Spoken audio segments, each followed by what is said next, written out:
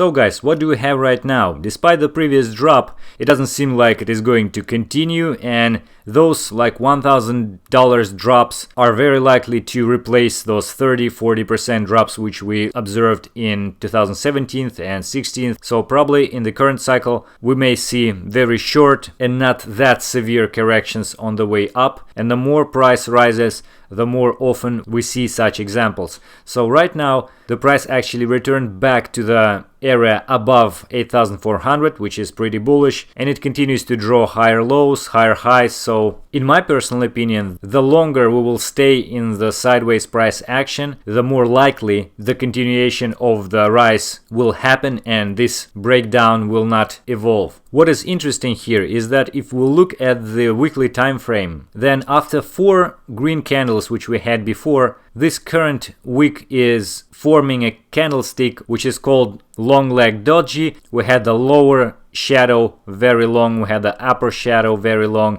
and the body almost non-existent. And from the conventional trading point of view, from the classical technical analysis, if you would have the strong uptrend, well, like we are looking at the uptrend, so we have the strong uptrend and then we see this kind of doji, then it may indicate on the condition of the market when the strength of the sellers and the buyers is sort of equal and the price is in a condition when it is not clear, it is uncertain where to go after that. So we still have some time for this week to close, but similar to this candle which was forming also potentially reversing shape before the end of the week, but it didn't happen, this candle also may do that, and again it should be considered, especially after the long rise which we had so far. However, for example, from the Bulkovsky's website, he's saying about this doji as well, he is mentioning that his tests show that the long leg doji acts as a bullish continuation candlestick in 51% of time. And basically what he is saying, long leg doji is like other dojis, candlesticks, it means nothing. So it means that there are different views on the issue. Me personally, I would probably pay attention at least. Another thing which I was going to show you is one of the indicators which, as many others, show some oversold condition of the price right now, and this indicator is MFI or money flow index. Actually, a guy on Twitter mentioned this together with the other ones replying on one of my tweets, so I guess it's fair to say that we need to pay attention for that, because right now this indicator shows some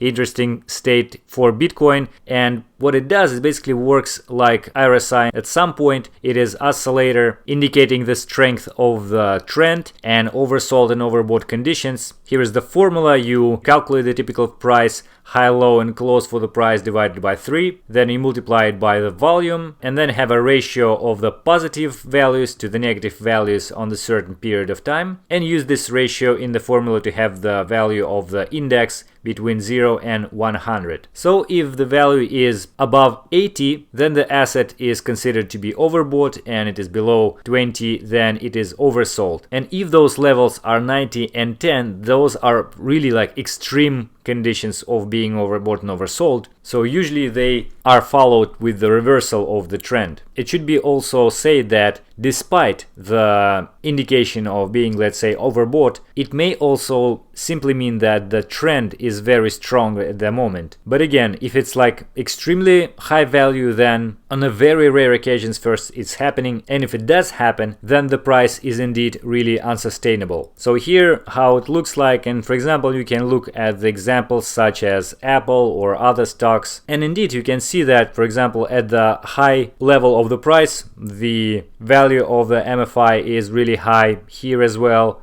and when it was oversold, for example recently in January this year, we had a very low value of this indicator, somewhere around 5, and after that we saw this reversal like V-shape formation of the chart.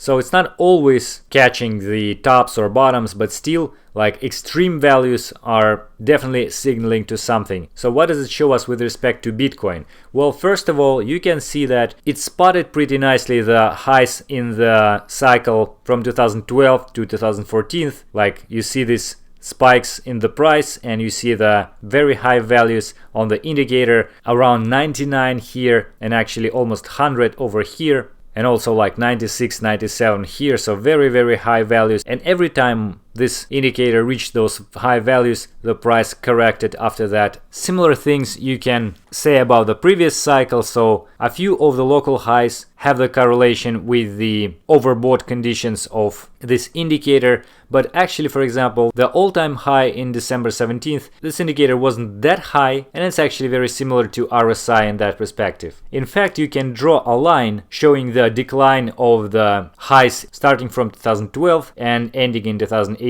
also showing similar trend with RSI. But what we have now is that at the moment, the value of this indicator is 97, so it shows that the price is deep in the overbought territory, and in fact many other indicators also show the same. So one may think that if it would be a little lower, let's say 80 or something, then it would just support the fact that the trend is really strong. But being at such an extremely high level, so far, statistically, led to the fact that the price went down very soon after that. I don't want to say that it will happen like with 100% probability. I just want to say that we need to consider such things, and especially take into account the speed of this growth and the fact that there's almost no correction, like huge corrections on the way from 4,000 to 8, almost 9,000. I think such indications are very alarming for a lot of the people who are trading in the with like classical approach, and I wouldn't be surprised that they are about to close some of their positions at least, which could in principle lead to the kind of the domino effect and the price going lower and have this expected huge correction. But let's see how the next week will open. We might indeed have enough buyers to keep the price going higher and higher for a very long time. And even though at least taking some profits may be not a bad idea, but shorting at this point, and especially shorting with leverage, I think it's really risky. Okay guys, that is it for today. Safe trading. Goodbye.